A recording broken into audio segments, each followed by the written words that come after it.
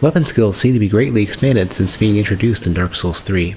There is a much wider variety of useful skills in just the Elden Ring network test than most of Dark Souls 3.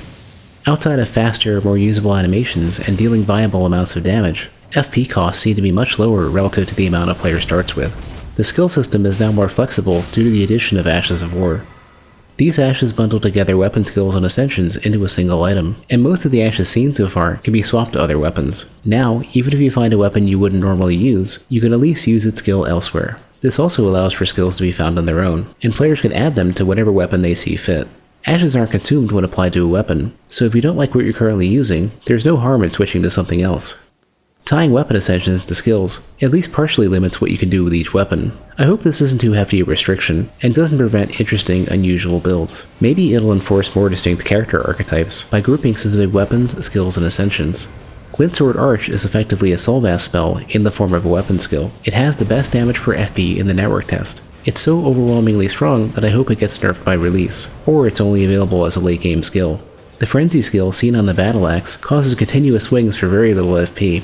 It's faster than normal attacks and has decent DPS. It seems to deal a surprising amount of poise damage.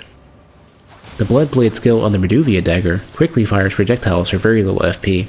Thunderbolt is another great skill for damaging distant targets. As you might expect, it's especially good for fighting dragons like Agiel.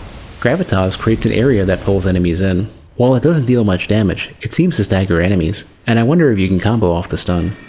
The Coiled Shield skill is called Viper Bite. It has good range and damage, but seems a bit too slow to be practical in PvP. At the very least, it seems like a convenient way to apply poison. Hopefully, poison deals good damage in Elden Ring. Dark Souls 3's poison could be useful at times, and it's scaled up a bit in New Game Plus. The Holy Ground skill for shields was a great way to heal, if you're willing to wait around a bit. It also increases defense for players inside the circle. Since this has the most benefit for melee players, it plays into the strength-faith connection that I mentioned earlier. It also works on ally players and summon spirits, so it could be useful on healing and support builds.